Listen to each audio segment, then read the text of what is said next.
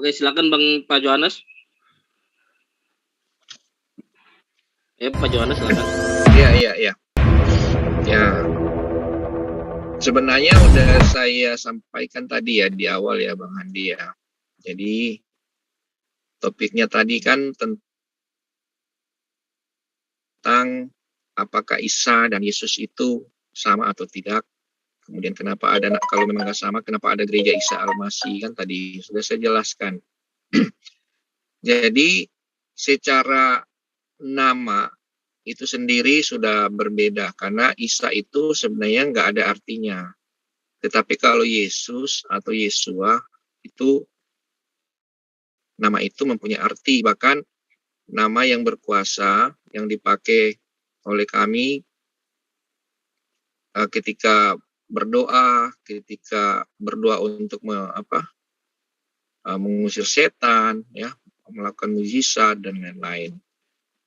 Kemudian itu dari sisi nama. Kemudian yang kedua, memang cerita di dalam Quran itu kan menulis tentang Isa, dan di dalam Bible itu tentang Yesus atau Yesua, itu ada kemiripan. Tetapi ketika kita dalami lagi, cerita itu ternyata perbedaannya banyak, ya. Dari silsilah itu pertama tidak sama. Dari kelahiran juga tidak sama, sehingga saya yang tadinya waktu sebelumnya nggak tahu, setelah saya coba membandingkan, ini memang perbedaannya banyak.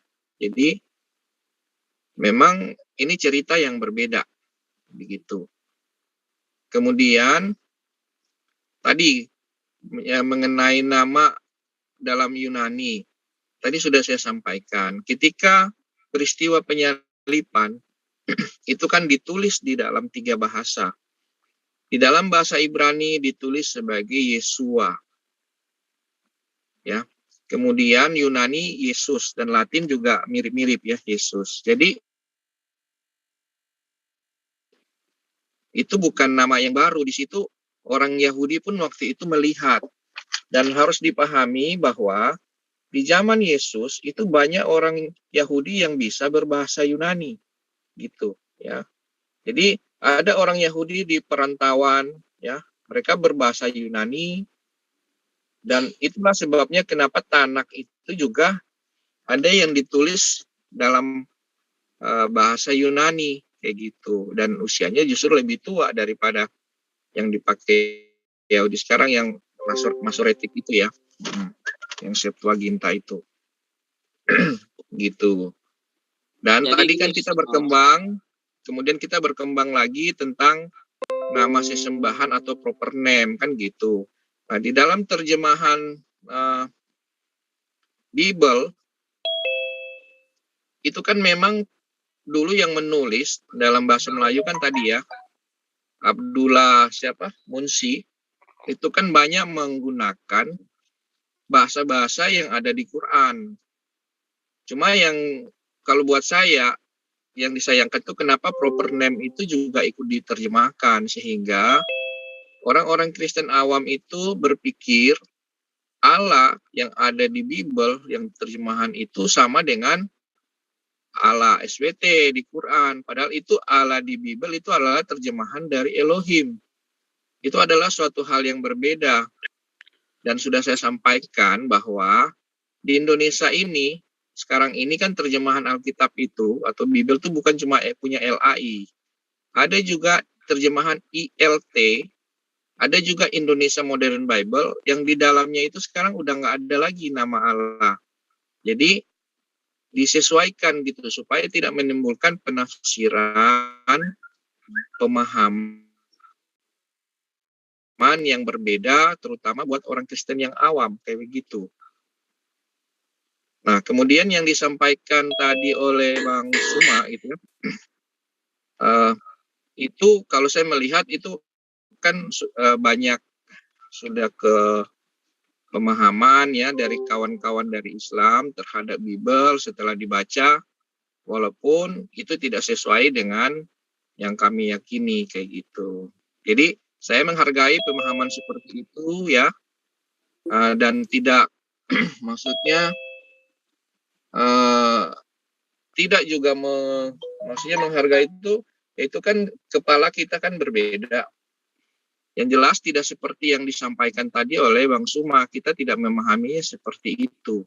Seperti dihubungkan dengan apa tadi, ya, keyakinan di Yunani dan lain-lain ya.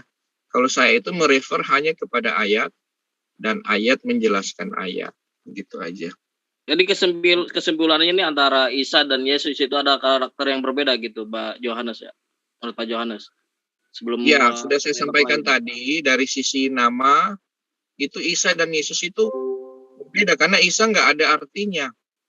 Oke, siap. Terima Jadi kasih Pak Johannes. nama itu punya arti yang kedua. Dari sisi cerita juga kalau kawan-kawan itu coba googling aja perbedaan cerita Isa dan Yesua atau Yesus itu banyak perbedaannya.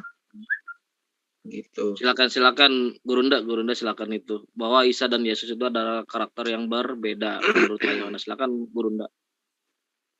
Baik. Terima kasih. Jadi gini, kami umat Islam itu tidak pernah menjadikan dua unsur ajaran, dua unsur sumber ya, dua sumber maksud saya di dalam memahami Nabi Isa alaihissalam.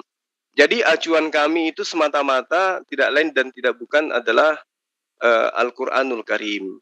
Nah, ketika kemudian dengan berjalannya waktu, ternyata ketika Allah menerangkan di dalam Al-Quran, ya bagaimana kemudian Allah menjelaskan di dalam surah Ali Imran misalnya ya, dalam Ali Imran ayat 116,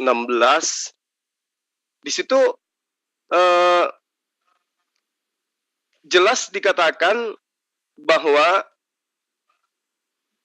Al-Maidah ayat 116 ya.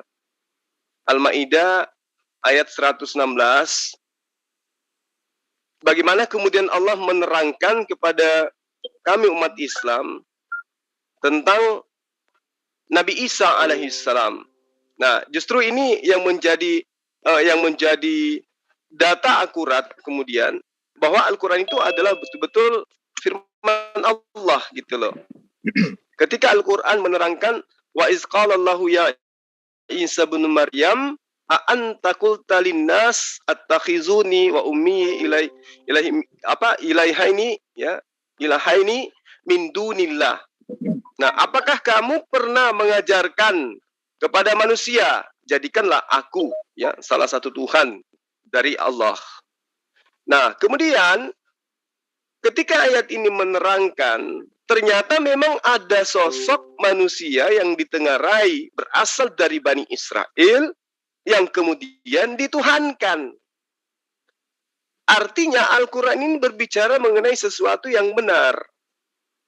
Fakta ada sosok manusia yang kemudian dituhankan oleh teman-teman Kristen. Itulah kemudian Al-Quran terangkan seperti itu. Ya Isa bin Maryam a anta qulta linnas attakhizuni wa ummi ya ilahaini min dunillah. Nah, ini siapa lagi yang diceritakan kalau bukan Yesus ini? Kalau para sahabat kemudian mengatakan, oh berbeda, coba Anda lihat di situ lahir di pohon kurma, yang satu lahirnya di kandang domba. Ya ini adalah masing-masing paradigma kita berdasarkan kitab kita masing-masing. Bahwa dia ada lahir di sini, ada lahir di sana. Tapi yang kemudian muncul adalah siapa yang kemudian di antara dua sumber ini yang betul-betul dari pencipta. Kan gitu. Yang pada dasarnya menceritakan sosok yang sama. Nah, kembali kepada kitab masing-masing. Ya, kembali kepada kitab masing-masing bahwa apakah kemudian kitabnya orang Kristen yang betul-betul memberitakan tentang sosok yang mereka katakan Yesus, atau yang mereka katakan Yesus itu adalah dibenarkan di Al-Quran disebut dengan nama Nabi Isa alaihissalam dengan cerita yang sesungguhnya gitu loh. Nah, ini yang perlu dipahami bahwasanya yang kita ceritakan ini adalah nabi yang lahir tanpa ibu, lahir yang tanpa ayah gitu loh. Al-Quran menyebutnya Nabi Isa, kemudian teman Kristen menyebutnya Yesus. Ya boleh kita mengatakan ini berbicara mengenai oknum yang berbeda, silakan aja. Boleh juga kita mengatakan ini berbicara oknum yang sama, boleh saja. Tapi sekarang ketika kita tetap berdiri pada pendirian kita masing-masing, ya kita nggak bisa mungkiri bahwa memang betul bahwa apa yang diceritakan oleh orang Kristen adalah sesuai dengan apa yang ada dalam Al-Quran. Lalu kemudian sosok itu mengatakan, Subhanaka ma yakunu li an aqula ma laysa li bihaqqa. Nah, ini dikatakan oleh orang yang manusia yang disebut Nabi Isa alaihi salam ketika dituhankan, dia nyangkal, Maha suci Engkau ya Allah, ya. Tidaklah patut bagiku mengatakan apa yang bukan hakku untuk aku mengatakannya. Nah, ini apakah ada benang merahnya? Kalau kita ingin jujur, ini ada ternyata di dalam kitabnya teman-teman Kristen. Yesus pun mengaku itu. Aku tidak berkata-kata dari diriku sendiri. Apa yang aku katakan adalah apa yang diperintahkan oleh Tuhanku, oleh Bapa untuk aku katakan, aku sampaikan. Sejalan dengan ini.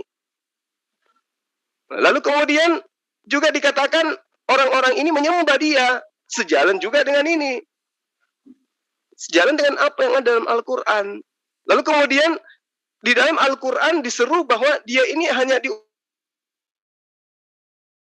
Yesus dalam Matius 14:24. Bahwa aku diutus hanya kepada Bani Israel.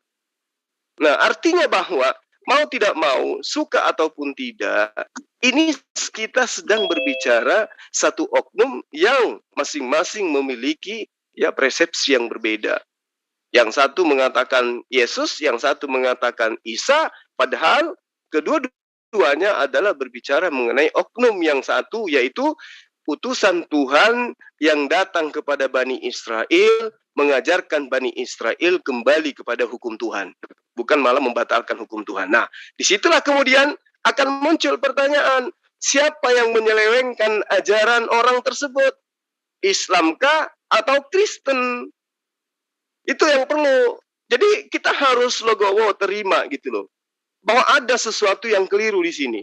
Apakah betul Al-Quran menerangkan Nabi Isa itu lahir di pohon kurma, atau Al-Quran hanya mengatakan sebelum sebelum ibunya melahirkan dia, ibunya berada di bawah pohon kurma.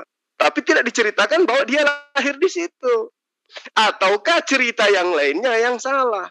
Bahwa sosok mulia yang adalah Nabi yang diutus oleh Allah diceritakan lahir di dalam kandang domba demi untuk mengatakan bahwa orang ini kelak adalah domba, anak domba Tuhan.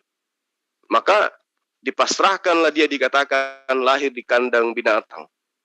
Itu. Lalu kemudian kalau teman-teman Kristen mau menerima itu, bahwasanya sama-sama kita mengakui nih ceritanya. Kita bercerita tentang oknum yang sama. Sekarang kita cari mana yang benar. Apakah Islam dengan konsepnya yang mengatakan Nabi Isa alaihissalam yang datang kepada Bani Israel mengajarkan Injil itu adalah betul-betul menyampaikan kepada Bani Israel bahwa Tuhan yang benar itu adalah satu-satunya Allah dan dirinya tidak lebih dari hanya seorang utusan, ataukah yang benar itu adalah Kristen dengan mengatakan Yesus itu adalah inkarnasi Allah itu sendiri. Nah, sekarang untuk mengetahui titik kebenarannya, jangan tanya ke Islam, jangan tanya ke Kristen, tapi tanya kepada Yesus. Siapa Yesus menurut Yesus? Itu aja dulu. Nah, kalau Yesus mengatakan, aku adalah Rasul, berarti berkesesuaian dengan Al-Quran. Tapi kalau dia mengatakan, aku adalah inkarnasi Allah, berarti berkesesuaian dengan ajaran Kristen. Yang salah adalah persepsinya umat Islam. Nah, sekarang, ayo, kita sama-sama bergandengan tangan mencari benang merah itu. Apakah Yesus menurut Al-Quran, menurut Gospel mengajarkan, aku adalah inkarnasi Tuhan? Atau sekedar untuk mengatakan dirinya adalah firman menjelma menjadi manusia saja kagak, apalagi mengatakan dirinya adalah jelmaan Tuhan, sehingga dengan data-data yang ada, kita dengan legowo bisa menerima dengan ikhlas bahwa Islamlah yang salah, Kristenlah yang benar, atau sebaliknya, Kristenlah yang salah, Islamlah yang benar. Nah, karena itu tidak karena saya lahir Islam, ya karena saudara saya lahir Kristen. Tapi kebenaran itu memang mutlak absolut dari Sang Pencipta alam nggak bisa dibikin-bikin, harus dalam Al-Quran. Nabi Isa alaihissalam sebagai rasul, mengaku sebagai nabi, harus dipaksakan itu.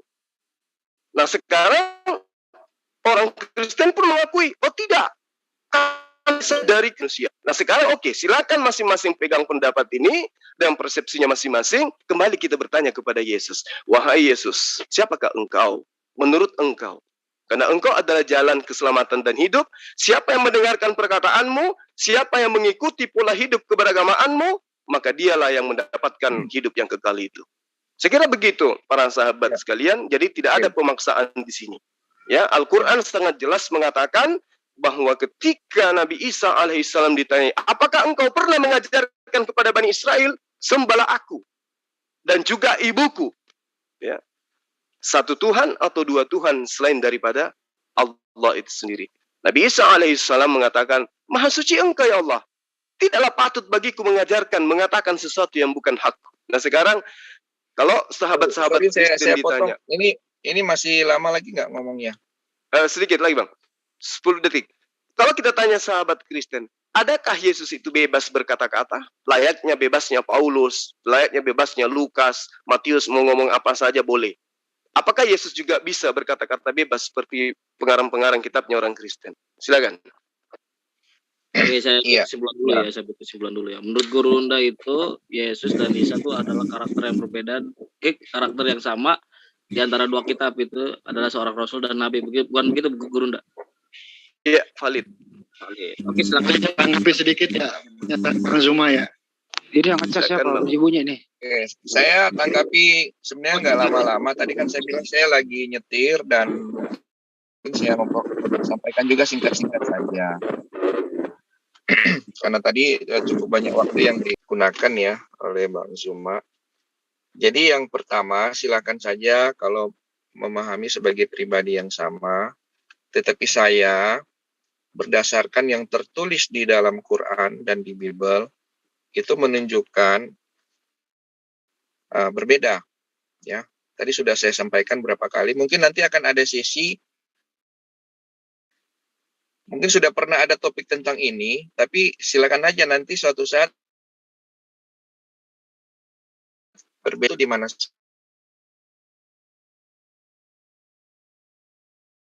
Yang kedua tadi sebenarnya yang dikatakan oleh Bang Suma itu bisa saya sampaikan bantah menggunakan ayat-ayat ya. Jadi misalnya diutus kepada bangsa Israel aja. Sebenarnya di dalam Bible juga ada di Yohanes 10 ayat 16 juga ya. Itu disebutkan aku mempunyai domba-domba lain yang bukan dari kandang ini.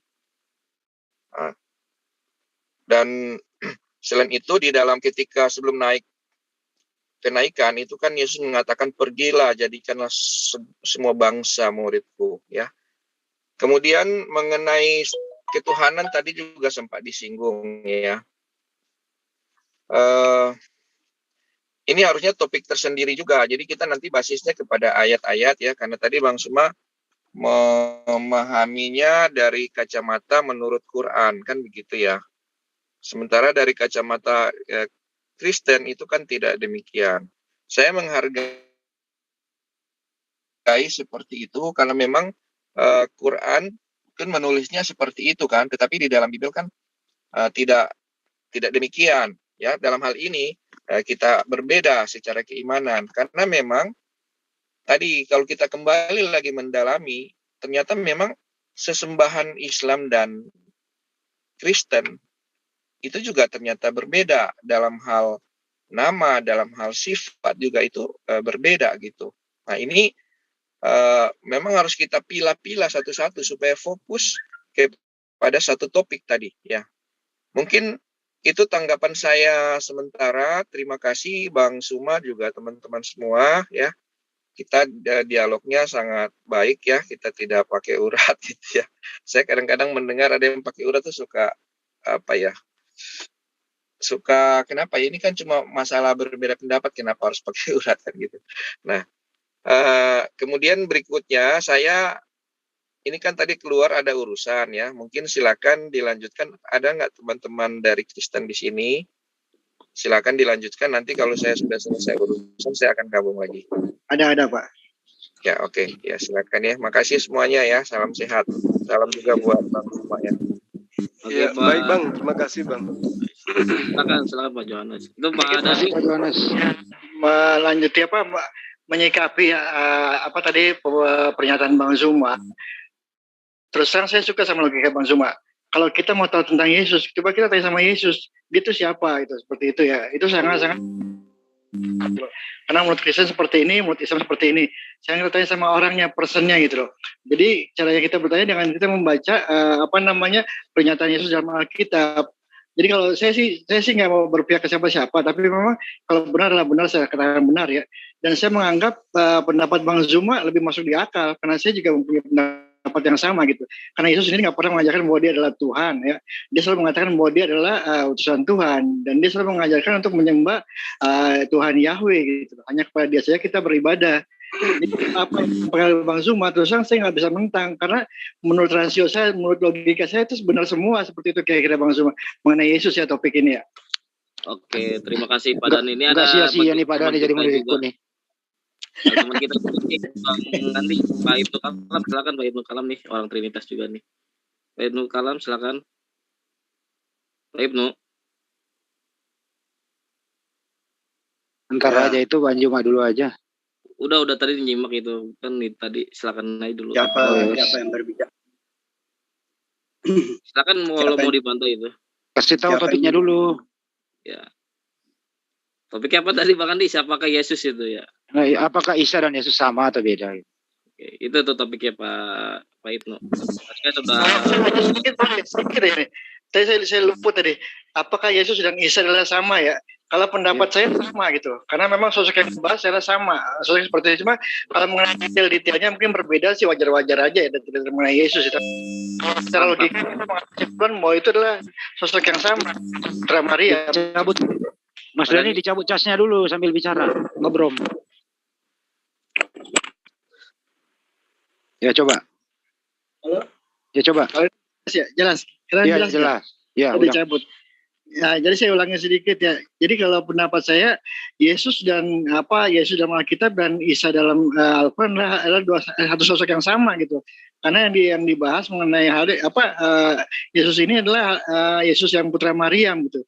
Dan juga hal-hal yang mengindikasikan tentang Isa ini adalah hal-hal yang menyangkut tentang Yesus gitu. Jadi kalau secara logika akan saya katakan bahwa itu sosok yang sama. Kalau mengenai detail-detailnya mungkin berbeda, itu wajar-wajar aja ya. Karena kan dalam Injil juga berbeda-beda, misalnya Matius, Markus, Lukas, Yohanes juga berbeda-beda mengulas tentang Yesus, kejadiannya seperti apa. Jadi kalau misalnya Al-Quran juga berbeda untuk detailnya, saya masih bisa pahami, tapi sosoknya pasti sama. Seperti itu kira-kira. Mantap Pak Dani. Biar Pak Juma dulu yang jelaskan supaya Pak Ibnu paham. Itu Ji, lanjut Ji. Silakan Guru Ndak, silakan. Baik. Jadi seperti yang saya bahasakan tadi ya, bahwa umat Islam itu tidak mengenal Yesus ya, dalam arti kata umat Islam begitu lahir yang dia kenal adalah Nabi Isa alaihissalam. Sejalan waktu kemudian muncul pandangan-pandangan yang dari luar tentang sosok yang bernama Yesus yang memiliki kesamaan tentang apa yang diterangkan oleh Al-Qur'an. Nah, itu yang harus dipahami lebih detail lagi. Di dalam Al-Quran, misalnya ketika Al-Quran surah Maryam bercerita, "Dzalika Isa bin Maryam, qaulal haqqil ladzi fihi yamtarun." Itulah Nabi Isa alaihissalam, putra Maryam, yang mengatakan perkataan yang benar, yang mereka ragukan kebenarannya. Nah sekarang, apakah umat Islam ini ketika Nabi Isa alaihissalam mengatakan dengan valid, ya, di dalam pengajarannya dia, ani abudullah rabbi wa rabbakum, sembahlah Allah Tuhanku dan Tuhanmu. Dan ini adalah pernyataan Nabi Isa alaihissalam kepada Bani Israel, bukan kepada orang Barat, bukan kepada orang Belanda, bukan kepada orang Indonesia, bukan, tetapi kepada Bani Israel, ani abudullah rabbi wa rabbakum. Apakah pernyataan ini juga pernah diucapkan oleh Yesus menurut kitabnya teman Kristen? Pernah. Ya, katakan kepada mereka, aku akan pergi kepada Bapakku dan Bapakmu, Tuhanmu dan Tuhanku. Artinya di sini jelas Yesus atau Nabi Isa itu masih memberikan sinyal terang bahwa yang diceritakan oleh umat Islam, yang dibicarakan oleh orang Kristen adalah sebenarnya oknum yang sama. Yang membedakan kemudian adalah ego. Tidak adanya kejujuran terhadap diri sendiri bahwa apa yang kita imani saat ini adalah bertentangan dengan orang yang kita sedang bicarakan di dalam kitab suci kita masing-masing. Salika Isa bin Maryam, qaulal haqq alladzi fihi yamtarun. Apakah betul orang-orang di situ meragukan kebenarannya? Betul, kalau umat Islam sudah final. Bagaimana dengan orang Yahudi? Apakah yang mereka kenal dengan Yesua, ya, itu mereka imani betul-betul sebagaimana umat Islam mengimaninya? Apakah kemudian orang-orang Bani Israel itu betul-betul memahami apa yang disebut oleh Kristen Arab dengan sebutan Yesua Al-Masih, ya, itu adalah betul-betul Yesua yang datang kepada mereka, karena nama Yesua ini adalah nama yang sudah tenar, sudah banyak yang gunakan pada masa itu. Bahkan Yesua bin Nun mereka juga lebih kenal daripada Yesua bin Maryam. Ya, ini binti Maryam maksud saya. Jadi ketika umat Kristen, sahabat-sahabat Kristen menyebut Nabi Isa, menyebut Yesus Kristus, itu di bangsa Arab, orang Kristen menyebutnya Yesua Al-Masih. Berarti mereka yang di Arab Kristen ini mengakui bahwa yang di Al-Quran itu betul adalah Isa Al-Masih. Itu loh. Yang kemudian orang-orang Yahudi, sahabat-sahabat yang menggunakan bahasa Ibrani, bahasa Aramaik menyebutnya kemudian dengan sebutan Yesua, ya itu karena pengaruh bahasa.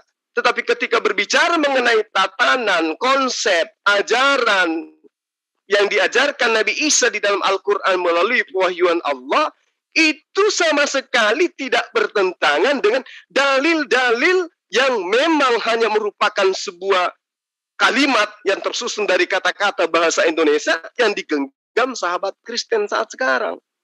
Contoh yang saya katakan tadi, dalil yang tadi, Maryam 43 ya, kalau nggak saya salah sebut. Bagaimana kemudian Nabi Isa itu mengatakan perkataan yang benar, yang mereka kemudian ragukan kebenarannya. Siapa mereka ini? Tidak lain dan tidak bukan adalah Bani Israel. Dan kemudian muncul orang-orang yang mengajarkan, membawa-bawa namanya dia dengan menggunakan kata Yesus itu tadi. Nah, itu poin pertama. Poin kedua, tadi ada sahabat kita mengatakan bahwa domba-dombaku bukan hanya yang ada di kandang ini. Memang harus, saya pun sebagai seorang muslim akui itu. Akui, meskipun itu adalah sebuah pernyataan yang tidak merupakan sumber langsung dari Yesus, tapi orang-orang yang ada pada masanya, menulis pada masanya. Tapi itu bisa juga dibenarkan secara logika loh, bukan berdasarkan pewahyuan. Kenapa? Karena ketika Nabi Isa alaihissalam, ketika Yesus yang diimani sahabat Kristen itu mengajarkan konsep tauhid, menyembah hanya kepada satu Tuhan, itu Bani Israel di situ tidak semuanya kumpul di situ. Orang-orang yang kemudian ikut di Arius itu tidak semuanya kumpul di situ. Sahabat muridnya Yesus juga ketika Yesus terangkat ke langit juga memiliki pengikut dan punya keturunan. Artinya domba-domba yang dimaksud yang lain ini adalah tetap saja Bani Israel, ya, tetapi mengakui apa yang pernah Yesus ajarkan. Atau dia adalah non-Israel, tetapi mengikat dirinya ke dalam hukum yang Yesus bawa kepada Bani Israel. Nah itu. Tetapi kalau dikatakan domba-domba yang lain itu adalah mereka yang menuhankan Yesus, mereka yang tidak bersunat, mereka yang ibadah minggu, mereka yang makan babi. No, bukan domba itu yang dimaksud oleh Yesus. Justru itu larinya ke serigala yang Yesus katakan. Serigala inilah yang akan membawa-bawa menjajakan namanya Yesus kemana-mana. Tetapi tidak mengajarkan sesuai dengan konsep yang Yesus ajarkan. Karena itulah kemudian tugas kami sebagai Kristologi Muslim atau Islamologi, itu adalah mengembalikan derajat Yesus kepada tempat yang seharusnya. Bagaimana Yesus, menurut Yesus, kami Islam yang mengembalikan itu. Bahwa Yesus datang kepada Bani Israel sebagai Nabi, mengajarkan kepada orang-orang di sana untuk menyembah hanya kepada satu Tuhan. Dan mengakui dia sebagai utusan Tuhan. Tapi teman Kristen kayak mana? Dia mendudukkan Yesus itu setara, bahkan menggantikan posisi Allah. Yesus itu adalah inkarnasi Allah. Pernah Yesus ajarkan? Tidak. Yesus itu adalah firman menjadi manusia. Yesus pernah ajarkan? Tidak. Yesus itu adalah satu di antara 3 pribadi Tuhan. Yesus pernah ajarkan? Tidak.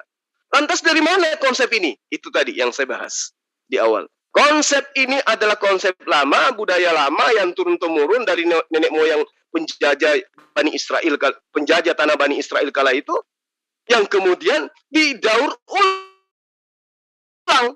Lalu muncullah konsep yang baru ini, perjanjian baru katanya. Nah ini bukannya saya mau menghakimi atau apa, tapi cobalah sahabat-sahabat Kristen, coba berbicara di hati sendiri masing-masing. Apakah yang saya katakan ini salah? Apakah yang saya ucapkan ini keliru?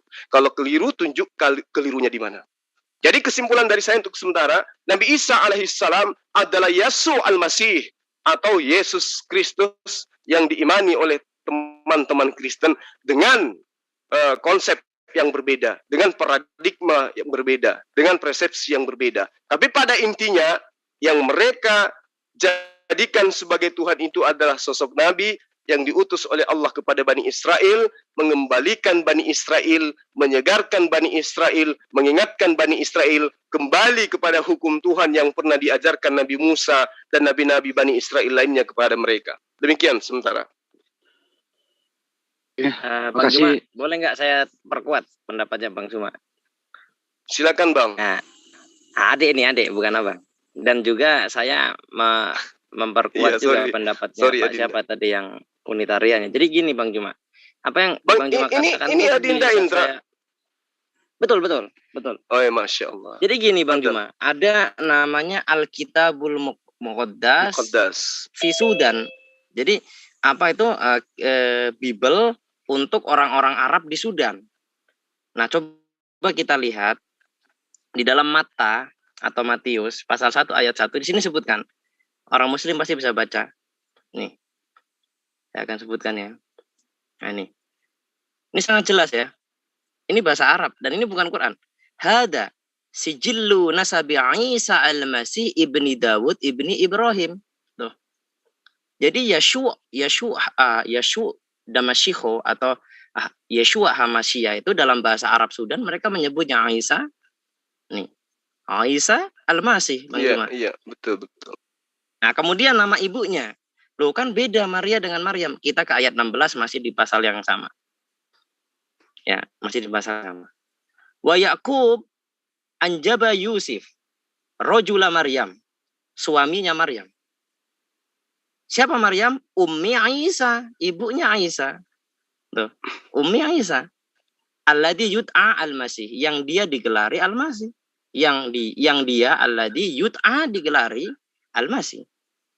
Ini bukan Quran, ini Bible bro, dalam bahasa Arab Sudan. Oke, cukup. Masya Terima kasih, Allah, Bang. luar biasa. Baik, sedikit Bang Juma ya.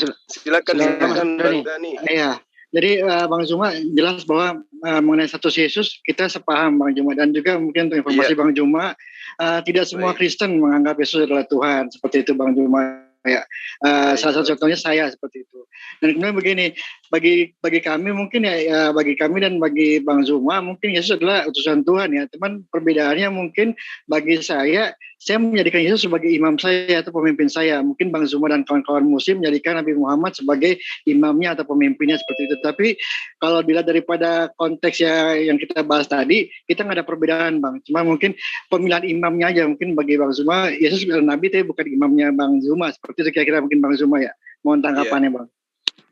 Iya, betul sekali.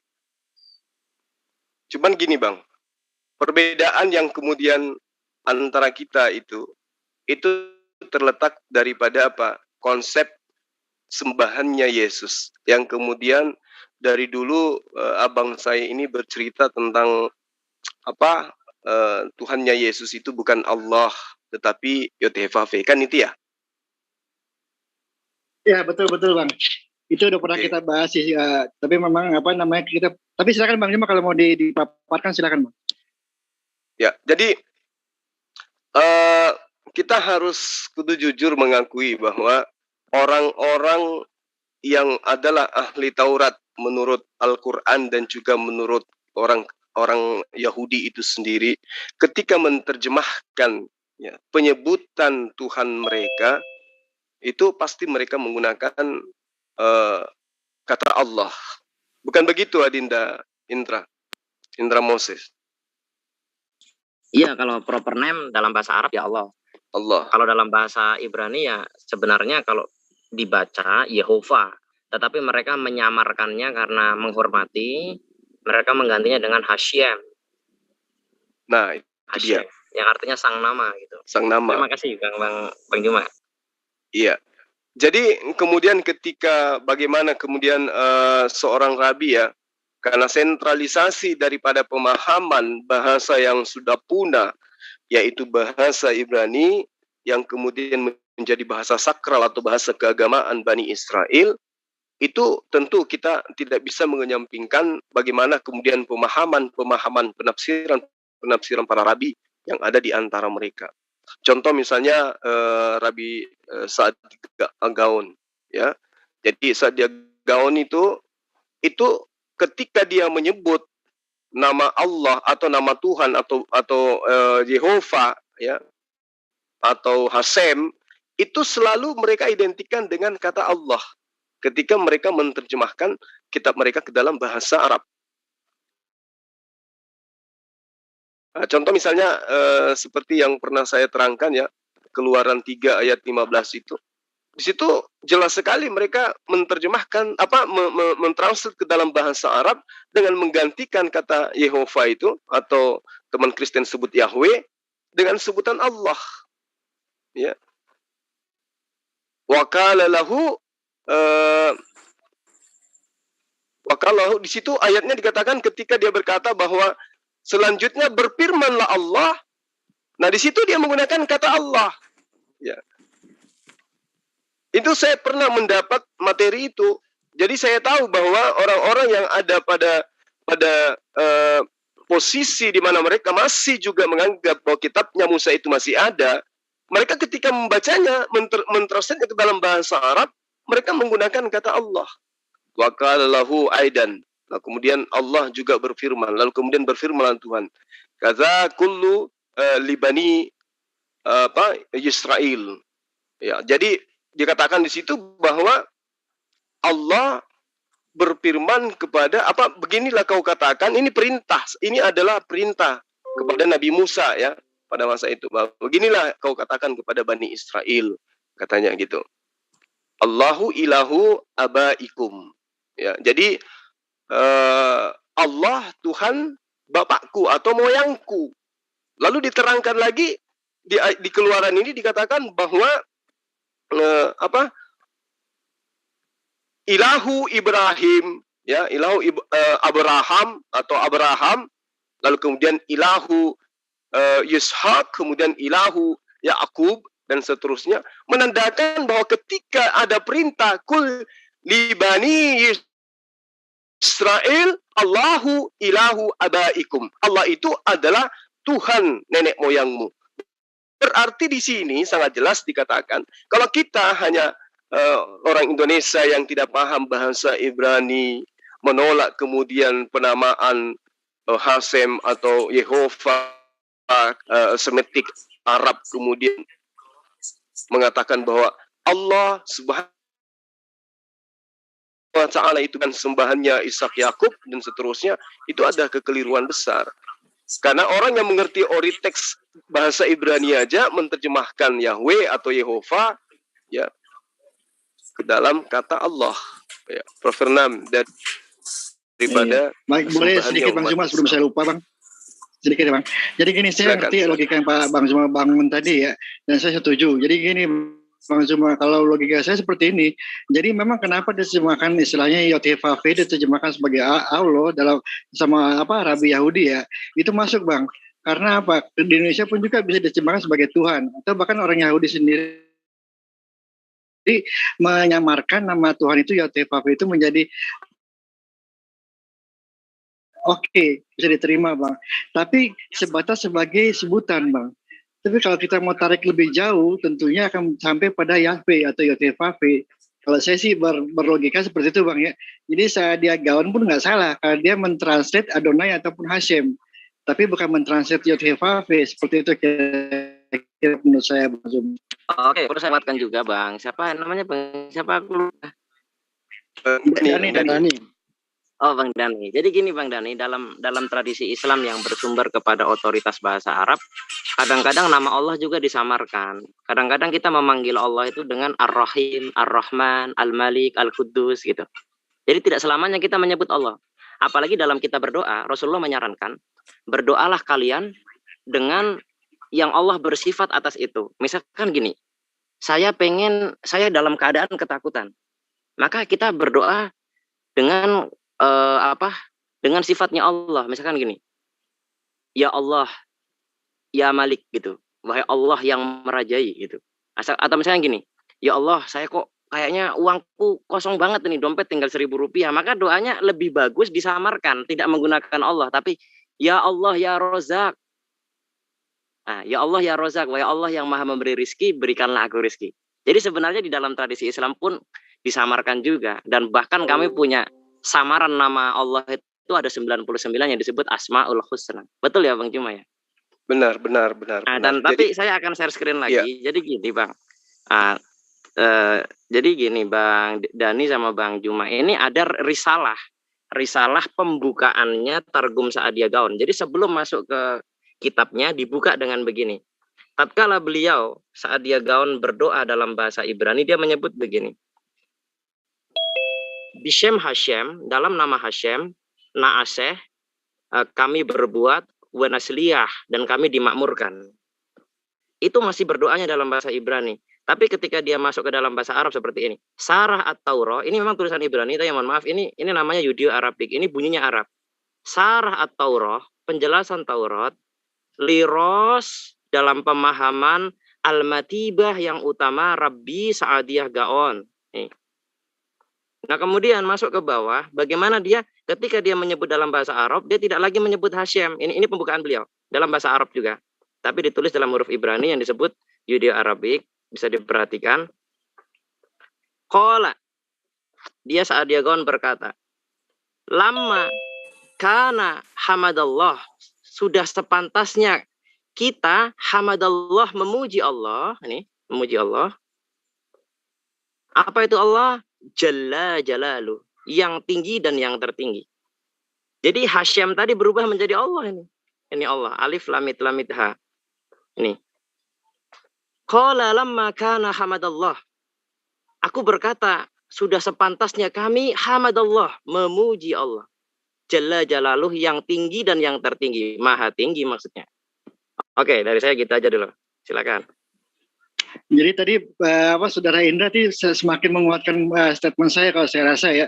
Karena dari nama Hashem diterjemahkan menjadi Allah. Jadi Allah itu kalau menurut saya terjemahan dari Hashem atau Adonai, seperti itu kira-kira Bang Indra ya. Menguatkan itu namanya saya ini Bang. Transliterasi, perpindahan bahasa. Iya, jadi betul, ketika misalnya gini ya Bang, aku kasih contoh ya, dalam kata benda. Orang Indonesia menyebut buah pisang ya pisang.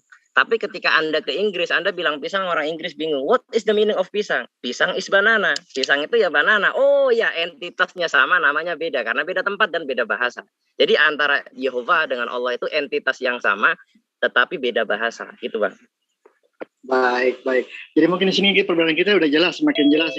Saya tambahkan satu lagi biar lebih jelas. Ini Bang Juma dan Bang Dani. Satu lagi, mohon maaf ini saya mengambil waktunya. Tapi ini yang akan menguatkan lagi. Ya, ini ada lagi dari kitabnya Judaism. Di sini saya akan mengambil Mishneh Torah. Nah ini dalam bahasa Ibrani ya. Bang, yang lain tolong diperhatikan. Di sini Rambam berkata, dan Rambam berkata, Yesod hayesodot, pondasi yang paling utama. We'amud hahahamot, dan pemikiran yang paling bijak.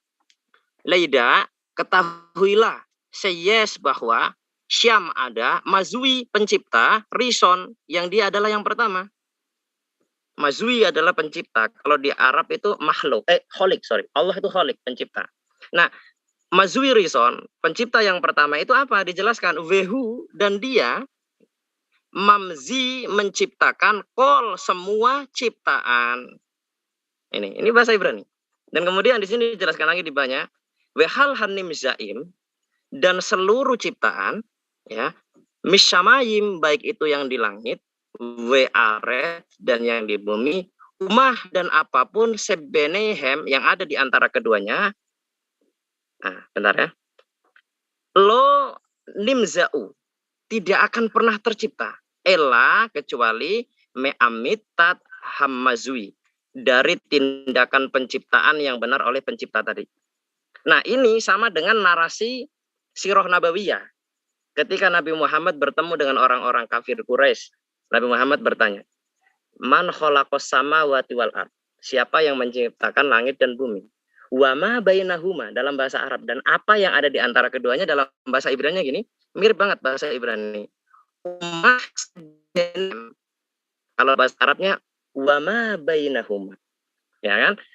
Humul ladina qalu, orang-orang Quraisy berkata, humul ladina qalu, mereka berkata huwallah, dialah Allah. Nah, menurut Judaism yang menciptakan langit dan bumi dan apa yang ada di antara keduanya yang dalam bahasa Ibrani disebut mazwi, yang menciptakan nimza, dia adalah Yod He Vav He, Yehova, yang disamarkan menjadi Hashem. Nah, menurut orang-orang Arab, man khalaqas samawati wal arda wa ma bainahuma humul ladina qalu, mereka menjawab huwallah, dialah Allah. Berarti Allah adalah Hashem. Karena apa? Kita tinggal di bumi yang satu. Kecuali orang Judaism tinggal di bumi sebelah, kita di bumi sebelah. Barangkali Tuhannya ada dua. Nah, ternyata kita tinggal di bumi yang sama. Oke, cukup. Baik, terima setuju kasih Bang Indra. Bang Hasim, Allah saya setuju banget itu. Oke, baik. Setuju ya. Kalau kita ke Pak Ibnu boleh nggak ya? Kita kasih kesempatan dulu ya. Pak Ibnu ada yang mau disampaikan Pak Ibnu? Pak Ibnu Kalam. Ya, ada yang saya mau sampaikan. Ya, silakan. Kalau mau didengarkan. Ya, didengarkan aja, silakan. Ya, kalau mau diperlihatkan data dan tidak punya datanya. Ya, Pak, kecuali ini. Silakan. Ya, ini datanya.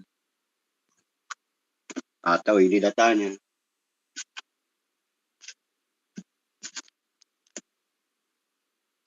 Agak nasur lo kasih. Ya. Bisa nih. Taruh aja lo. Jadi yang ingin saya sampaikan dari tadi itu yang dibicarakan adalah Tuhan. Ya. Saya ingin menyatakan bahwa Yesus Kristus dan Nabi Muhammad itu tidak mengenal Tuhan. Karena dia tidak berbahasa Indonesia. Nah, itu. Jadi tidak ada di dalam otaknya itu Yesus Kristus maupun Nabi Muhammad Tuhan, tidak ada. Tidak ada juga Allah sebelum alam semesta diciptakan. Karena Allah itu bahasa Arab. Apalagi sebelum alam semesta diciptakan, tidak ada Tuhan, tidak ada Allah, tidak ada bahasa, dan tidak ada sifat 20, tidak ada. Itu saja yang ingin saya sampaikan. Oke, makasih. Ya. Silakan Pak Juma. Ya. Jadi menurut siapa Deng Ucing ini tidak ada dalam arti kata apa? Benar-benar tidak ada gitu.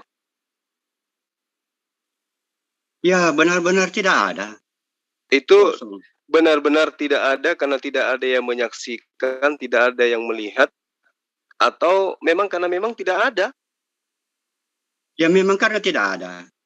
Oh, jadi Tuhan itu pencipta alam semesta itu tidak ada?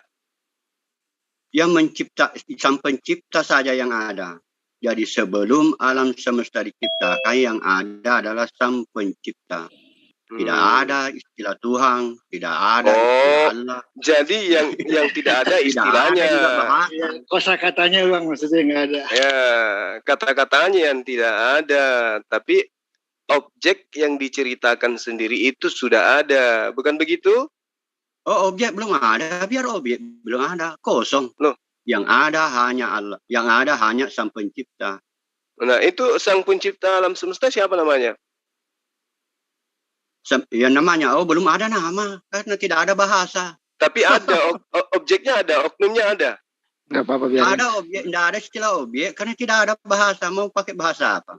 Maksud saya gini loh, Deng. Oknumnya ada atau tidak ada oknumnya? Ayo Pak. Ya. Oknumnya ada atau tidak ada?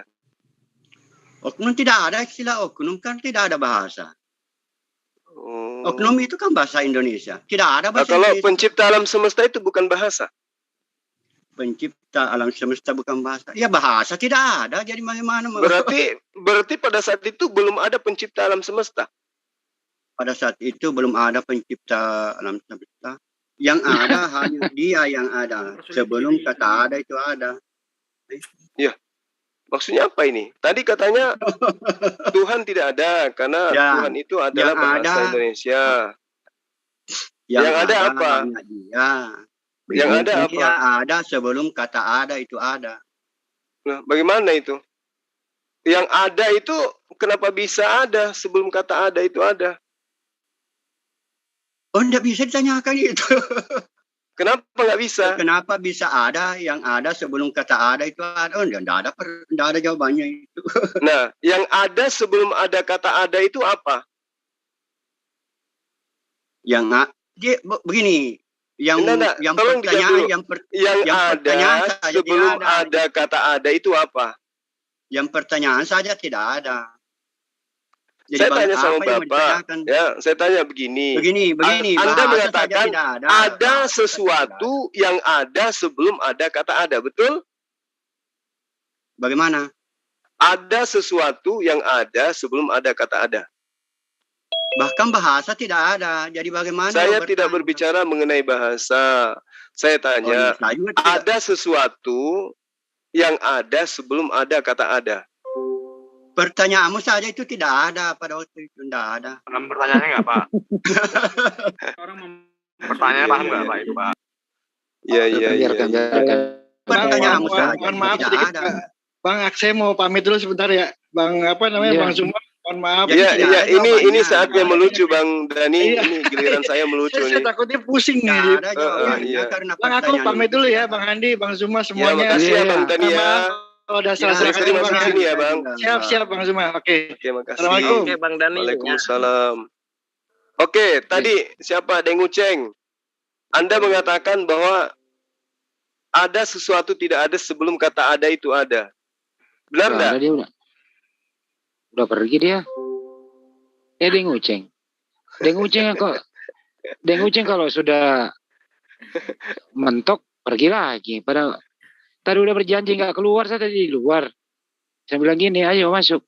Tapi saya nggak ada data, nggak apa-apa, tapi santai aja. Tapi jangan sering keluar. Kata dia enggak, ini keluar lagi. Assalamualaikum dengan Di. Waalaikumsalam warahmatullahi wabarakatuh. Deng Jepri. Ya, assalamualaikum. Ya namanya saja Deng Uceng ya, Uceng dengan Di. Jadi karena Pucing. Betul. Itu namanya orang mempersulit diri. Kita jadi ini sudah dikasih untuk otak, menerjemahkan gitu. Juga ya memang sudah tidak ada. lanjut ke dengan dia, lanjut ke. Kita ini sudah diberi otak untuk mikir, nggak mau dipakai, malah mempersulit diri. Aneh. Kan itu mau tadi itulah gara-gara itu sesuatu ada karena adanya itu diada-adakan. Nah, jadi siapa yang punya ada ini? Ya itulah dia. Bingung saya tadi. Belajar filsafat, ilmu kalam, tapi nggak nyampe di dalam ruangan, cuman di pintu. Jualan gorengan. Habis itu dia katakan saya lulusan sarjana filsafat. Ini orang tua kita, orang Takalar ini satu ini ilmunya ketinggian, tapi pegangannya nggak ada. Iya. Nah itu. Ibarat kata layangan putus. Iya. Gunung Bawah Karaeng itu dengan alumni Gunung Bawah Karaeng. Semua salah itu, semua salah. Alhamdulillah kabar baik ya. Baru saja saya mensahadatkan orang di Jumnya vaksin dari Batam, namanya Chris Hartono. Dari siang itu Pak De, dari siang dia udah muter-muter itu sama kita, kebingungan.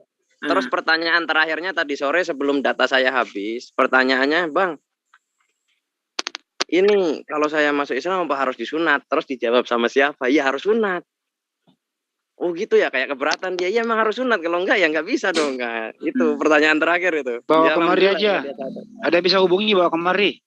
Hilang tadi begitu datanya nomor WA-nya diminta, tiba-tiba terpental dia.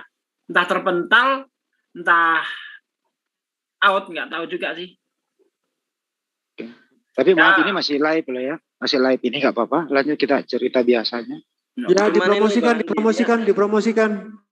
Enggak berani open cam. Oh ya, dipromosikan apanya itu? Program kita. Iya. Pak Ade lah. Jangan, saya udah banyak ngomong. Oke, terima kasih. Ustaz Juma suruh mempromosikan masjid kita itu. Udah, kemarin saya, Bang. Di mana? Saya nggak tahu. Oh, di sini lah. Di sini. Bahkan saya sudah koordinasi ya 2 hari ini dengan Bang Ian. Kalau begitu murid-muridku semua standby dulu dah. Mantap. Waktu ada yang anggota DPRD itu Bang Suma. Murid-muridku semua standby dulu. Saya bukan promosi, menginformasikan kepada seluruh umat muslim yang menonton program ini bahwa kami JCC Mujahidin Cakrawala Cemerlang memprogramkan bahwa kita akan membangun masjid di salah satu daerah Kabupaten Blora. Di situ desa terpencil dan surat-surat tanah telah diurus oleh Amir dan Dewan Suro. Insya Allah ke depan doakan kami semua agar bisa terlaksana program ini. Tentunya dukungan dari semua pihak, sumbangsi berupa pikiran, berupa semuanya kami butuhkan untuk bersatu kita membangun rumah Allah, karena di sana itu sudah kurang lebih 60 tahun di desa itu belum ada masjid yang layak untuk sholat Jumat. Adanya langgar kalau di daerah Jawa itu, kalau di kampung ada musola, tapi kurang memadai untuk sholat Jumat. Untuk itu mari kita berlomba-lomba memberikan harta kita untuk program ini. Semoga saja secepat terlaksana. Saya yakin tujuan kita sama, yaitu mendapatkan amal jariah, tentu yang menemani kita nanti di hari kelak. Itu aja sih kalau dari saya. Ada yang mau ditambahkan? Kalau silakan. Kita tunjukkan videonya. Boleh, Pak Jul, silakan. Oke ya, tolong di-silent semua.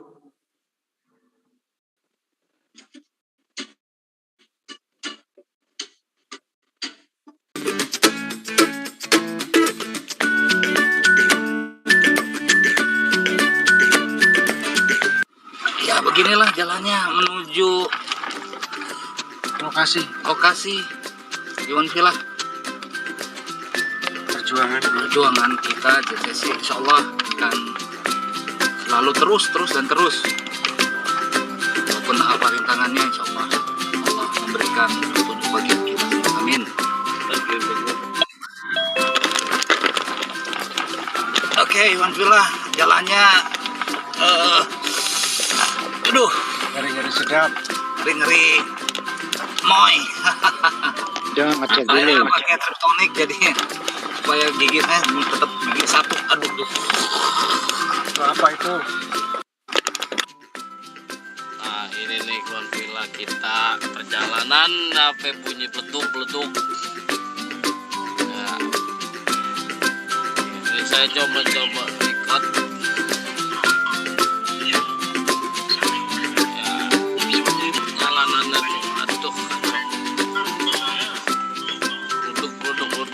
Konsen saya ini menuju ke tanah wakaf untuk pembangunan masjid. Jangan lagi nih, aduh mohon maaf ini ya. Polisi PD muncul yang menanyakan.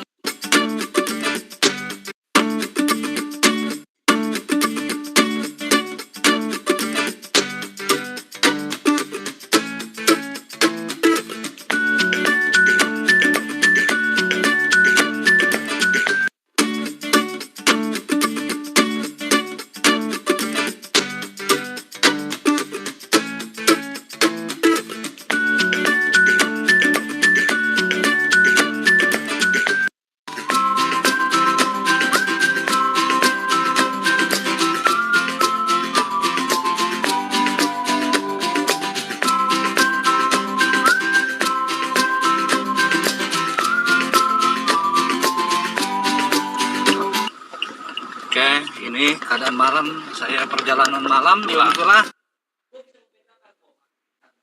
Ya, itulah videonya. Bisa dikomentari, silakan dikomentari, ditambahkan. Untuk rekening sudah saya serahkan di deskripsi video. Monggo yang mau berdonasi silakan, mumpung kita dikasih rezeki, dikasih kesehatan, ayo berlomba-lomba berdonasi untuk mewujudkan cita-cita ataupun harapan masyarakat di desa tersebut. Monggo diteruskan Mas Andi, Mas Dugi. Oh ya, rekening saya belum cantumkan di Handis Lebes TV. Tolong Pak Imran. Pak Imran. Ya udah. Lanjut Pak De. Dana terkumpul sudah berapa malam ini? 12.038.250 rupiah. Alhamdulillah. Tadi di vaksin ada yang menghubungi sama bank vaksin. Dia ingin membantu untuk pembuatan sumurnya. Tadi sudah saya kasih anggarannya sekitar 7 juta, saya bilang begitu untuk sumur saja. Ya mudah-mudahan terwujud ya. Amin. Amin. Mas Ugi, tadi saya bilang 15, karena itu untuk tornya, WC dengan kamar mandi. Oh ya, itu dia ingin sumurnya aja. Oh, sumurnya segituan kalau. Ya, sekitar 7 juta, saya bilang begitu. Kalau sumurnya aja, saya bilang begitu. Itu saya ambil patokan dari Rio sih. Rio kan sekitar 7 juta itu. Iya, nanti dihubungi lagi Mas Ugi biar kita tahu nominalnya itu. Iya, nanti. Saya beritahu juga ini, alhamdulillah, nama masjid itu akan kita namakan Masjid Zujahidin. Zujahidin. Allah Akbar. Semoga dijabah oleh Allah. Bang Juma, ada yang mau disampaikan Bang Juma? Ya, silakan. Baik, sahabat-sahabat sekalian, seperti apa yang saya bahasakan kemarin ya, bahwa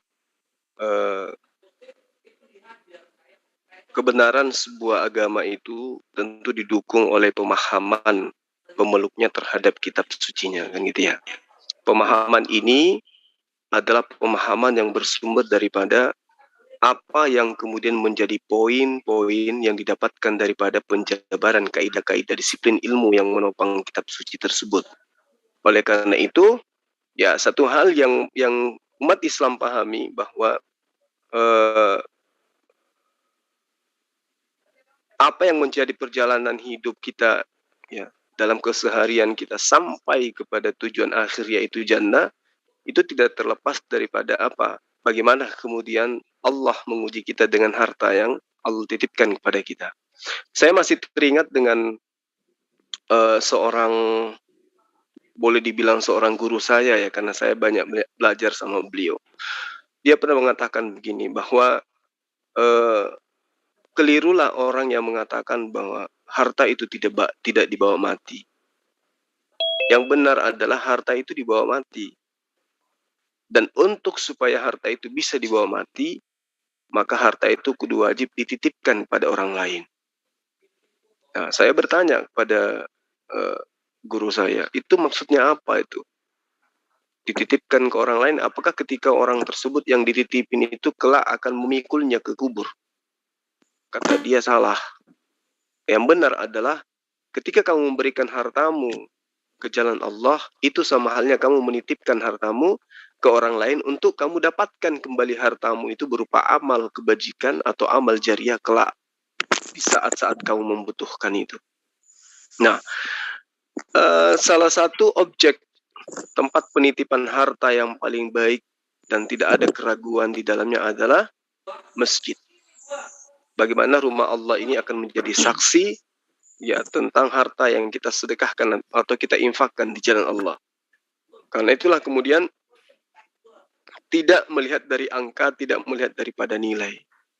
Yang pada intinya ketika ada rumah Allah, ya tempat manusia memuji sang penciptanya, Tuhannya, di situ ada hasil keringat kita juga. Maka mau tidak mau kita memiliki hak untuk mendapatkannya kembali. Karena itu adalah janji Allah. Nah, itu pertama. Yang kedua, pesan guru saya juga seperti ini. Janganlah engkau janganlah engkau beribadah karena kamu itu menginginkan surga. Jangan juga kau menghindari murka Allah, jangan kamu menghindari pelanggaran-pelanggaran yang datang dari Allah karena kamu takut akan neraka. Nah, kalau kamu beribadah karena surga dan juga takutmu kepada neraka yang membuatmu menghindarkan dirimu terhadap kemaksiatan, maka kata guru saya, itu berarti kamu meragukan janji Allah. Karena janji Allah itu sudah benar. Lakukan kebaikan, laksanakan perintahku, kamu kuupah dengan jannah. Tinggalkan laranganku, maka kamu akan kuhindarkan dari neraka. Jadi lakukan aja dan hindari aja. Tidak perlu mengejar surga dan tidak perlu berlari dari neraka. Karena Allah itu tidak mungkin ingkar terhadap janjinya. Nah, demikianlah apa yang kemudian disebut dengan sedekah infak. Amal jariah. Jadi selama kita tidak musyrik, selama kita tidak syirik, kalau kita memiliki tanaman atau tumbuhan yang kita tanam di jannah, tidak ada yang berhak untuk memanen buahnya kecuali kita. Kalau harus melewati neraka dulu, selama kurang lebih 1 miliar tahun misalnya, hak kita tetap menunggu di sana. Apa yang dijanjikan oleh Allah akan tetap kita akan dapatkan di sana. Apatah lagi kalau ditambah di penghujung usia kita itu dengan taubatan nasuha. Apalagi ketika di penghujung kehidupan kita itu betul-betul kita bertaubat kepada Allah. Maka dosa demi dosa dihapuskan oleh Allah. Sehingga apa yang kita tanam tadi di masjid berupa sedekah, itu akan lebih mudah, lebih cepat kita raih. Subhanallah, ini adalah ajaran yang sangat-sangat indah. Jadi ketika kita menanamkan sebuah harta, sebagian harta yang kita punya, entah itu 5.000, entah itu 10.000, entah itu 100.000, maka selama kita tidak syirik kepada Allah, itu akan kita dapatkan kelak. Saya ulang, selama kita tidak syirik menyembah selain kepada Allah, ketika kita berinfak, kita bersedekah, apalagi dalam bentuk dana untuk pembangunan masjid yang sangat dibutuhkan oleh umat Islam pada tempatnya, maka itu akan menjadi cahaya dalam kehidupan kita ini. Ya, ini bukan saya mengajari, tetapi ini adalah hal yang saya hanya ingin mengingatkan. Bahwa harta yang kita punya, yang kita miliki sekarang ini, itu bisa kita bawa sampai ke akhirat dengan cara kita titipkan. Kita titipkan di masjid, kita titipkan di panti asuhan, kita titipkan ke yayasan-yayasan membidangi tentang mualaf dan seterusnya. Karena itulah kemudian para sahabat-sahabat sekalian. Sedikit lagi ya Bang ya? Lanjut. Okay. Saya banyak berkecimpung, banyak mengenal orang-orang yang memiliki karakter berbeda-beda. Di dalam usia saya yang sekarang yang kepala 4, dipertemukan dengan beberapa orang yang peduli terhadap agama ini. Banyak yang memiliki latar belakang, ada yang mantan preman, ada yang mantan narkoba, ada yang mantan penyembah manusia, mantan pelahap babi. Ternyata orang-orang ini ujung-ujungnya kemudian adalah kembali kepada fitrahnya. Nah, itulah kemudian salah satu pembuktian bahwa Al-Quran itu adalah benar-benar kalamullah. Itu adalah bahasa langit. Bahwa Islam itu adalah betul-betul ajaran yang hak. Dengan konsep yang sangat sederhana saja. Bahwa di dalam Islam, manusia itu lahir dalam keadaan fitrah. Nah, lahir dalam keadaan suci. Sehingga orang atau manusia yang bersumber dari hal yang suci itu senantiasa mencari jati dirinya untuk kembali kepada kesucian. Jadi sejauh manapun manusia itu melangkah, Selama dia menyadari bahwa dirinya itu tidak memikul dosa dari sejak lahir, maka selama itu pula manusia itu akan cenderung kepada fitrahnya. Contoh, sehebat apapun orang mabuk, sehebat apapun orang mencuri, sehebat apapun tindakan-tindakan kriminal yang dilakukan oleh pelaku maksiat, tapi ketika dia Islam, ketika disentuh sedikit tentang keyakinannya, maka dia lebih duluan mati daripada ustadz. Ketika ada sesuatu yang menyindir tentang agamanya, maka dia lebih duluan mati daripada ulama. Boleh hari ini dia mabuk, paginya mabuk, siangnya mabuk, malamnya mabuk, tapi ketika agamanya dihujat, Tuhannya dihujat, maka sangat boleh jadi dia lebih dulu mati daripada seorang mubalik. Kenapa? Karena fitrah itu senantiasa ada pada dirinya. Dia tercipta dalam keadaan suci. Nah, lain konsep ketika orang itu sudah dikotori otaknya dengan mengatakan dia lahir dengan membawa dosa. Maka tipikalnya, perilakunya, tabiatnya, cara pikirnya, pola hidupnya akan cenderung kepada apa? Sesuatu yang kotor, sesuatu yang jorok. Loh, wong saya sudah terlanjur kotor kok dari lahir.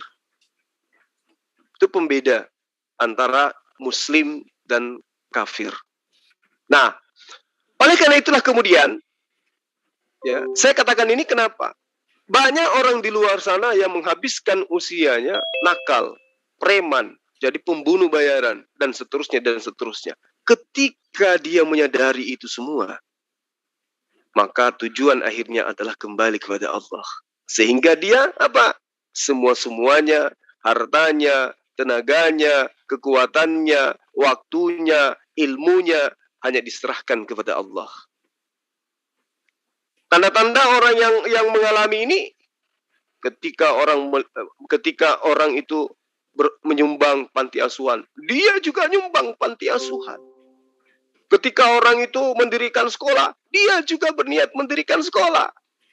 Ketika orang itu melihat banyak orang yang membuat orang lain itu berumroh, dia juga bercita-cita untuk membuat orang lain berumroh. Ketika orang ini melihat orang membangun masjid, dia juga melakukan pembangunan masjid. Itulah tanda-tanda apa yang diberikan oleh Allah. Berlomba-lombalah kalian kepada kebaikan. Nah, tanda-tanda orang yang benar itu seperti itu. Tanda-tanda orang yang baik itu seperti itu. Bukannya ketika disampaikan, kita akan membangun masjid. Lantas kemudian, sedikit-sedikit pasti sumbangan lagi deh. Sedikit-sedikit sumbangan lagi deh. Nah, ini yang kudu perlu kita sadari gitu loh. Apakah kita ada pada porsi itu? Atau kita adalah orang yang cenderung mencari kemana lagi aku harus melempar harta saya? Ya meskipun hanya sedikit, meskipun hanya kecil, hanya bisa makan sehari, tidak makan sehari, makan sehari, tidak makan sehari. Tetapi selalu berniat untuk memberi dan memberi. Orang-orang seperti inilah kemudian yang dimudahkan oleh Allah setiap urusannya. Lalu kemudian para sahabat sekalian, saya juga pernah bertanya kepada guru saya. Guru, ada yang bertanya kepada saya ini sudah dari sejak usia balik, kerja saya cuman masjid rumah. Selain daripada kerja, masjid, rumah. Intinya saya ini adalah ahli ibadah. Tapi kenapa saya selalu apes? Kenapa saya selalu sial gitu loh? Sementara tetangga saya tidak pernah ke masjid, tidak pernah berpuasa, tidak pernah bersedekah. Tapi mereka happy-happy saja. Mereka bahagia. Mereka mau pasti ada. Lah saya tiap hari, tiap malam tahajud, saya masih seperti ini.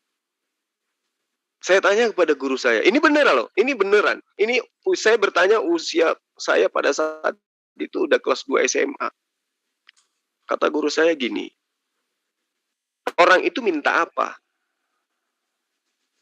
Saya katakan, ya itu tadi dia minta harta, dia minta ini, dia minta itu. Layaknya orang yang tetangga kata dia itu yang tidak beribadah, tapi kok sukses. Dia minta kepada siapa? Saya jawab, ya tentulah kepada Allah. Nah, Allah itu maha miskin apa maha kaya? Saya katakan jelas maha kaya. Nah, apakah kalau Allah maha kaya, dunia beserta isinya itu berharga bagi Allah? Saya katakan tidak. Nah, jadi ketika orang itu minta sesuatu dari Allah, berupa harta atau emas batangan 1 ton jatuh dari langit untuk sampai di depan rumahnya, bagi Allah itu bukan apa-apa. Allah lebih mau orang itu taat beribadah kepadanya daripada diberi harta dan kemudian kufur. Karena harta, bahkan dunia seisinya, kata Ustadz saya, itu adalah hanya ibarat sebutir debu di hadapan Allah. Tidak ada apa-apanya ketimbang amalan yang dilakukan sampai kepada jannah. Maka karena itulah sahabat-sahabat sekalian, ya mungkin cerita-cerita seperti ini adalah sebagai motivasi, dan itu memang adalah pertanyaan-pertanyaan, karena memang dari sejak kecil saya selalu kritis dan selalu banyak bertanya. Itulah sebagian jawaban dari orang-orang yang pernah saya tanyai tentang hal-hal seperti ini. Intinya bahwa Masya Allah. Kami dari tim ZTZ, ya, saya selaku Dewan Syuro, ya, mengharapkan para sahabat dimanapun berada, ketika diseru untuk berinfak, berlomba-lombalah untuk itu. Ketika diseru untuk melakukan kebaikan, yuk mari berlomba-lomba mengambil posisi bersama dengan orang-orang yang menafkahkan hartanya di jalan Allah. Karena kenapa para sahabat sekalian? Jangan di dalam Al-Quran, jangan di dalam hadits, ya, di dalam kitab yang konon ceritanya diimani oleh sahabat-sahabat Kristen pun diajarkan. Masa kita mau dikala? Lebih mudah onta masuk ke dalam lubang jarum daripada orang kaya masuk ke dalam surga. Kenapa? Kenapa bisa seperti itu? Kalau kita melihat di hadits, kalau kita melihat di dalam Al-Quran, ternyata mereka ini, orang kaya ini, akan kesusahan kelak di masa penghisaban gitu loh. Semua akan ditanyai. Itu celana warna pink dapat dari mana? Yang warna hijau dari mana? Yang warna kuning dari mana? Itu baru celana. Celana saja boleh ditanyakan nanti di yaumul hisab itu mungkin 50 tahun lamanya. Orang sudah ada di surga, kita masih ditanyai tentang celana. Yang miskin, yang celananya cuma 2, apa yang mau ditanya? Celanamu yang merek Nokia itu beli di mana? Yang itu yang merek Samsung dari mana celana kamu itu? Ya, apa lagi mau ditanya tentang celana? Nggak ada. Sekarang baju cuma 2 lembar ditanya. Kamu gini, di mana dapatnya? Bagaimana cara mendapatnya? Udah selesai. Nggak ditanya tentang warna itu, baju ini, baju itu. Kalau kita coba buka lemari, lihat itu pakaian itu akan ditanyai semua. Lihat sepatu kita itu akan ditanyai semua. Makanya para sahabat sekalian, nanti kenapa orang-orang ini dikatakan bahwa mereka akan berenang di dalam keringatnya sendiri? Ya karena kelamaan menunggu. Kelamaan banyak pertanyaan. Karena hartanya terlalu banyak. Ditanyailah satu-satu.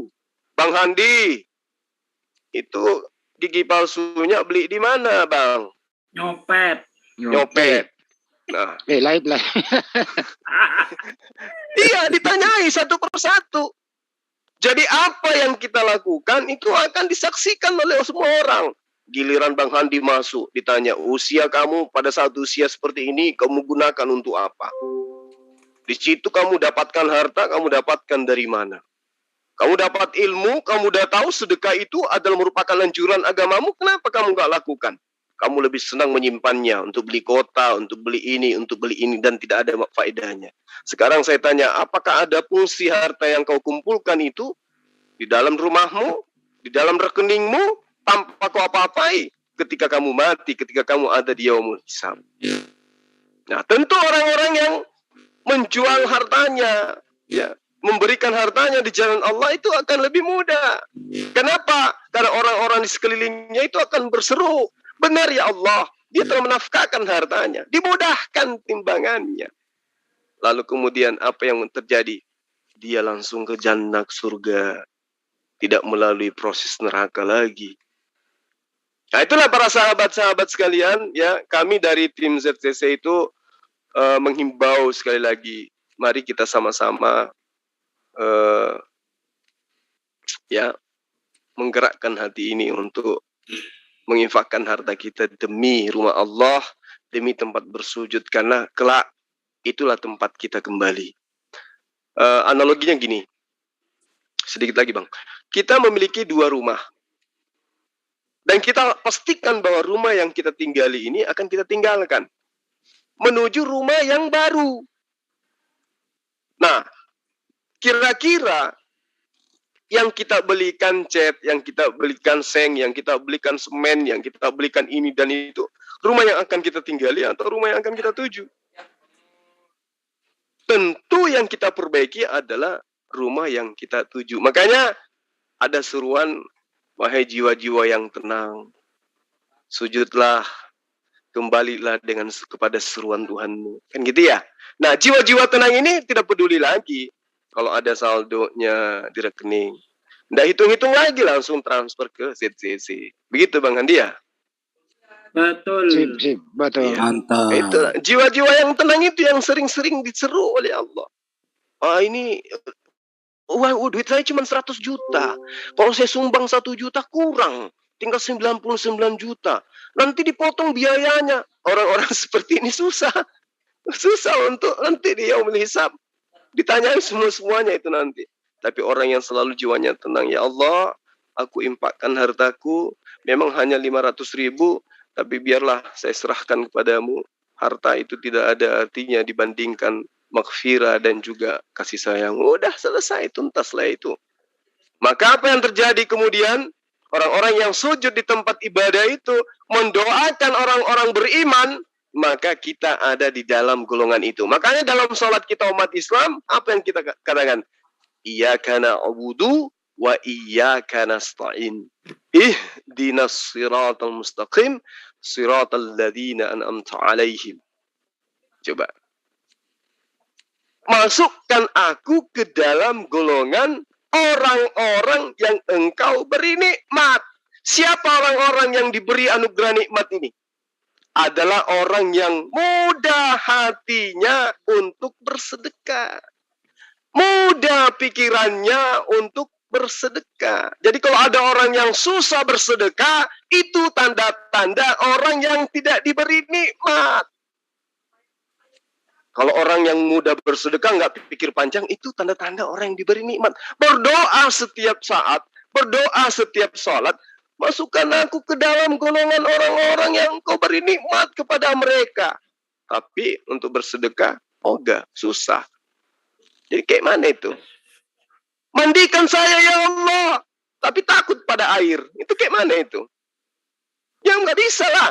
Minta diberi kenikmatan, tetapi bersedekah susah. Tapi saya yakin sekali ya, sahabat-sahabat yang mendengarkan apa yang menjadi penyampaian kita malam hari ini pasti termasuk ke dalam golongan orang-orang yang diberi kenikmatan. Termasuk Bang Handi, barusan Japri. Amin. Minta nomor rekeningnya Bang Zul. Kata dia, nanti saya transfer, kata dia. Wow. Begitu Bang Handi ya? Ya, tadi ada salam dari Haji Mustafa. Tadi menurut beliau dari Malaysia, beliau mendapatkan nomor telepon Bang Juma, terus Bang Juma ngasih nomor saya. Beliau dari Malaysia sudah meminta rekening JCC. Alhamdulillah beliau mungkin insya Allah besok bahkan melaksanakan ini semua begitu. Dari Bang Juma juga beliau itu. Amin. Ya, memang dia minta juga nomornya Bang Ian. Saya bilang, ya terserahlah Pak Haji. Gue bilang mau transfer kemana aja boleh. Yang pada intinya semua yang ada di ZCC itu adalah orang-orang yang amanah. Ya. Cuman kami bukannya tidak mau mengumumkan. Kalau diumumkan sebut nama bisa-bisa saja. Tapi nanti kalau diumumkan mengurangi amal ibadah. Nah, ada kan ceritanya gitu ya. Tanpa nama 500 juta. Disenggol temannya yang di sampingnya. Jangan bilang-bilang ya. itu saya loh. Sama aja berarti.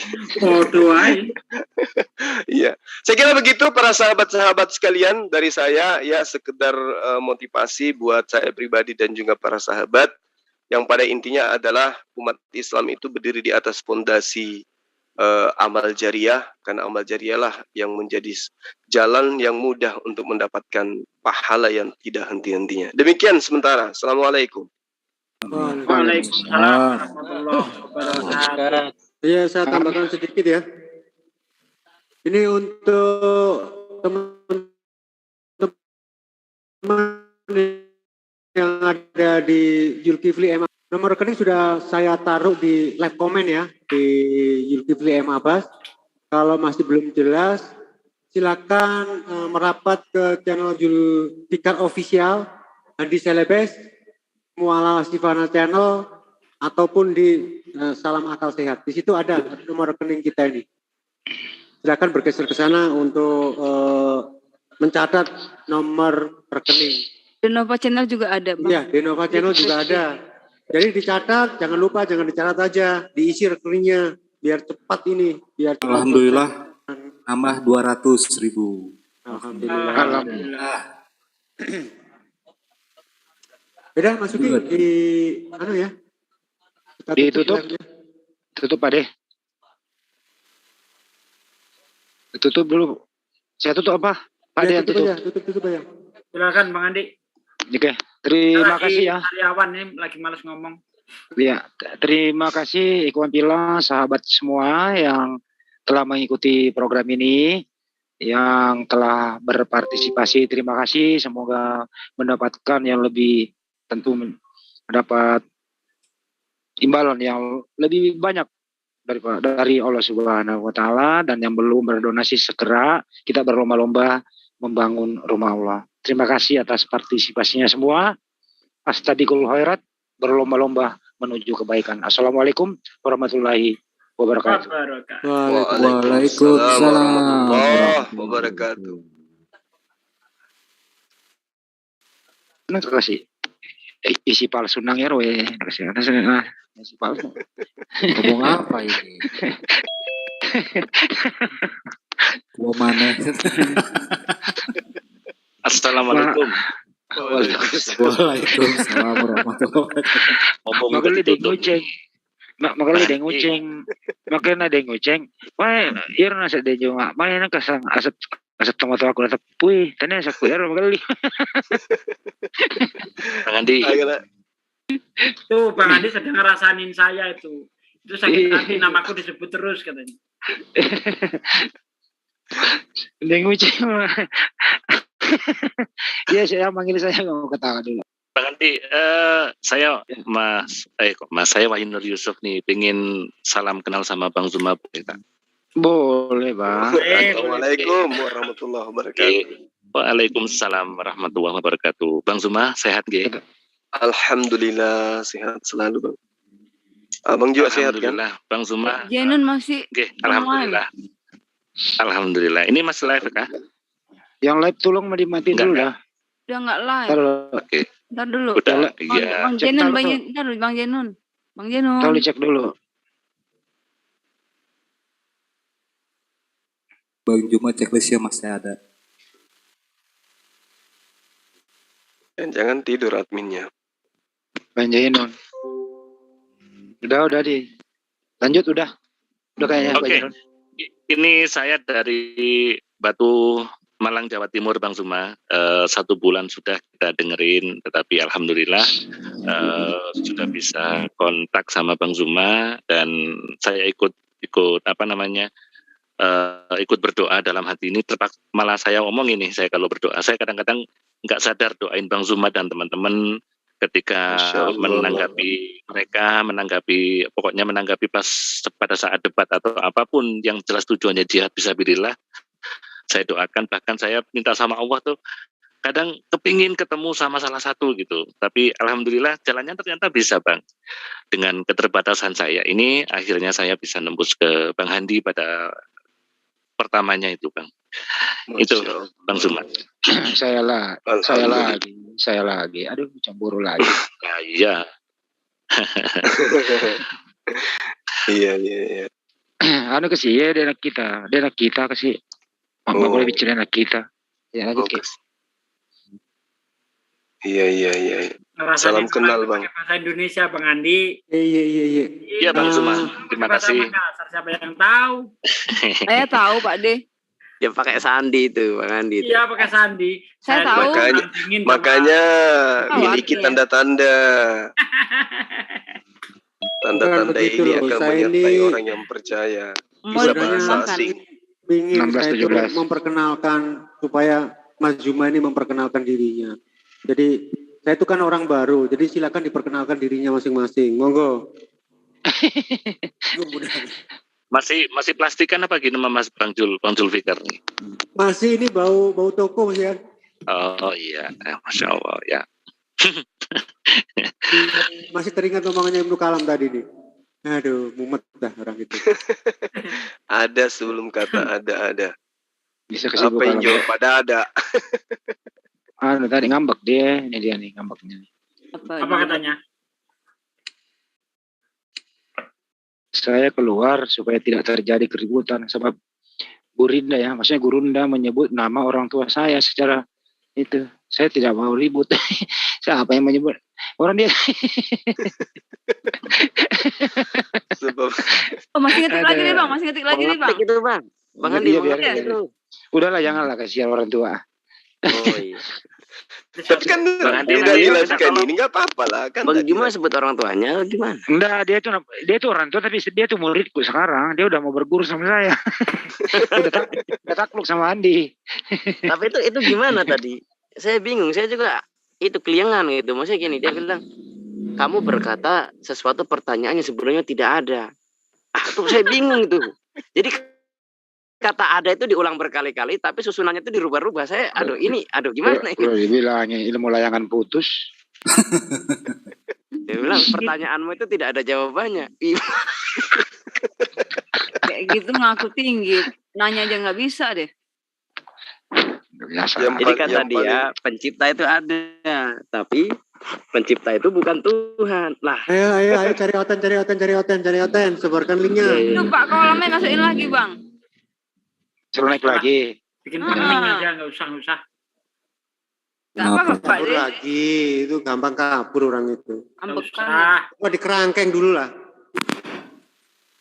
Tapi kalau sama saya berjam-jam pokoknya dia ungkapkan kebodohannya kalau saya yang interogasi dia. Apa aja diungkap. Wow. Ya udah, masa ini daun sirih campur kangkung. Iya sih. Buset. Bembek gampang. Biar bersih dia. Biar steril ya Bang. Ngambek dia dibilang apa? Disebut nama orang tuanya. Emang nama orang tuanya siapa? Kan Deng Uceng yang namanya kan. Orang tuanya Uceng bukan? Saya juga pemarah. Ya. Emotikonnya ketawa. Bang Andi, saya juga pemarah. Tapi emotikonnya bukan kepala merah. Emotikonnya senyum. Kurangi makan kodok bilang. Daging B aja, daging B. Kalau dia bilang lu maksudnya babi enggak mbek gitu. Ya kan tergantung cara menafsirnya. Iya, kayak dia kan jadi bebek maksudnya B itu. Bisa bebek, bisa babi, bisa apalah. Bisa bego. Bisa lagi makan daging bego. Tahu nggak tadi netizen ngomong apa? Ya Pak Kolam dia bilang kan mau jadi domba. Iya biar ngirit makannya rumput soalnya. Kalau makan lain kan beli, kalau makan rumput kan gratis. Tapi jangan salah loh. Itu namanya Uceng itu apa sih? Kucing itu maksudnya? Ada yang Uceng itu. Usen. Oh, panggilannya Uceng. Oh alah. Wah tersinggung aku. Bang Zuma. Kalau di sini Aceng. Itu channelnya masih live. Apa Bang Andi iPhone ya? iPhone bukan Samsung S7 loh, itu dapat dari siapa gitu. Akhirnya apa? Dikasih Samsung S7 aja. Langsung Trinitas dia. Ya ampun. laptop lagi. Belikan iPhone dapat tab dia tab. Dapat tab ya? Dapat laptop, dapat tab Samsung S7, langsung Trinitas. Nggak tahu ya nyumbang siapa. Mantap kan? Mantap, masa dia jual laptop juga Bang Andi katanya. Bang Andi laptop juga tuh. Laptop juga, tapi kalau saya sih saya mau interogasi dia pasti